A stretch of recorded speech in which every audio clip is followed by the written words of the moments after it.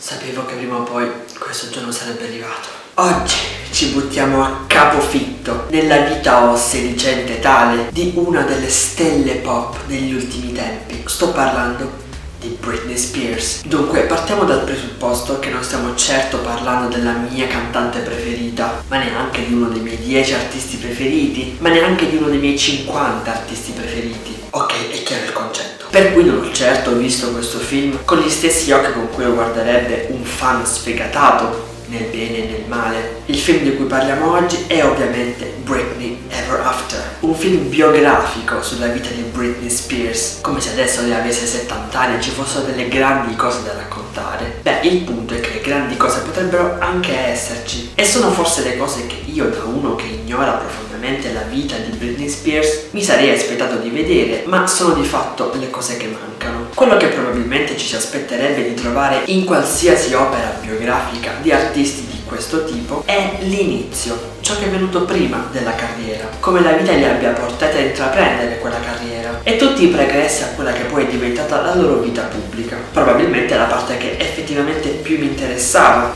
ma niente. La mia più grande aspirazione per questo film delusa al minuto 2. Il film comincia all'alba del primo tour di Britney Spears insieme agli NSYNC nel 1998 ed effettivamente non ce ne frega niente. Dice perché? Ma perché è al film che non interessa la carriera di Britney Spears, gli interessano solo la sua vita privata e i pettegolezzi. E infatti questa cosa del tour è importante soltanto perché è stata quella l'occasione in cui Britney Spears ha conosciuto Justin Timberlake. Ed il film è tutto così.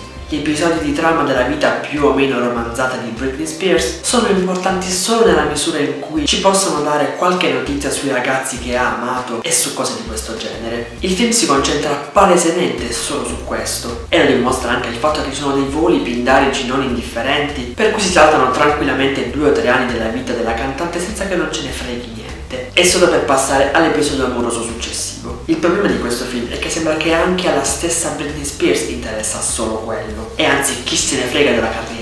E io, povero ignorante qui presente che conosce Britney Spears solo ed esclusivamente da questo film, mettiamo il caso, non sto dicendo che sia effettivamente così, per tutta la durata mi sono chiesto perché cavolo di motivo non abbia lasciato le scene nel 2000, anziché continuare in una cosa che palesemente non le interessava, e solo per sfasciare le membrane a noi, povero pubblico del presente, che ci siamo dovuti succare questo film.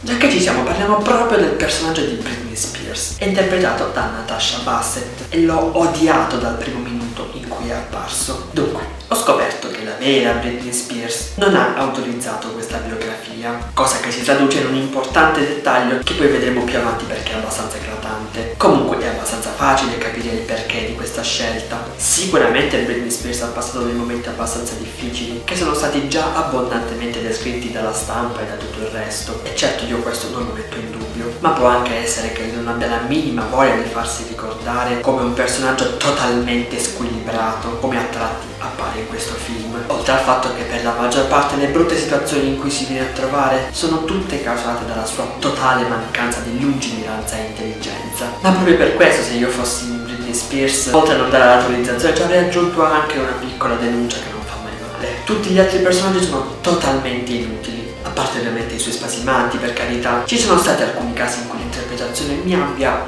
soddisfatto, ma altri proprio no.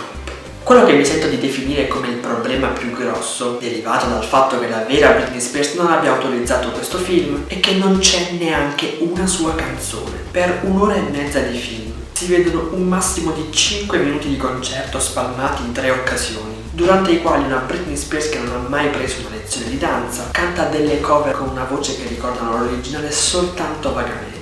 Fossi un fan mi sarei già rivoltato, ma personalmente mi è sembrato chiaro che la deviazione di rotta dalla carriera alla vita privata della cantante sia stata una sorta di pezza per riparare in modo tendenzialmente fallimentare ad una situazione che probabilmente non era stata prevista. Ma al di là di tutto questo, mi sento di spezzare una piccola lancia a favore di questo film. Prima di tutto effettivamente non è stato noioso, oddio a me non è interessato minimamente, ma secondo me a un fan potrebbe anche piacere, certo sempre che sia disposto a guardare un film in cui c'è una che fa finta di essere la sua cantante preferita e senza che ci sia la minima traccia di una sua canzone. Però tutta la seconda metà del film, che si svolge tra il 2006 e il 2008, quando viene raccontato tutto il periodo della sua tossicodipendenza e il momento in cui si terrà dei capelli, è effettivamente molto intensa. C'è un sottile confine tra è tutta colpa sua e vederla così mi fa veramente stringere il cuore. E anche se non sei minimamente in pena per la Britney Spears rappresentata nel film, che vorresti solo schiaffeggiare con una pala di fico d'India, ti ritrovi comunque a pensare a quello che ha passato la vera Britney Spears. Sempre che ovviamente non sia romanzata anche questa parte, il che scagazzerebbe tutto il pathos, ma è stato comunque abbastanza toccante. Naturalmente il film doveva per forza avere il suo happy ending, per cui dal 2008, con lei ancora mezza impasticata, si arriva direttamente al 2015 con lei che è la regina del pop. E tanti saluti a tutto quello che è successo nel mezzo. Non ho capito esattamente questo film in che misura sia stato mainstream, forse dovuto anche al fatto che sia stato un po' scarso, mi pare che sia passato un po' sottotono, ma dovrebbe essere arrivato anche in Italia, per cui spero che qualcuno di voi che sia anche fan di Britney Spears l'abbia visto, così da potermi dire quante e quanto grosse siano le differenze con l'effettiva vita di Britney Spears che io ovviamente ignoro. Fatemi sapere se vi è capitato di vedere qualche altro film biografico un po' scarsetto o comunque qualche altro film ispirato a una stella del pop internazionale e non vi permettete di dire il film delle Spice Girls. Continuate a seguirmi iscrivendovi al canale o su Facebook dove pubblico anche altre notizie e trailer dal mondo del cinema. Seguitemi anche su Mubi e su Letterboxd se vi va di sapere un po' in anticipo quali film mi sono trovato a guardare e di cui potrei parlare in una prossima recensione. Dal mondo delle biografie scarsette per il momento è tutto. Noi ci rivediamo alla prossima recensione. Ciao!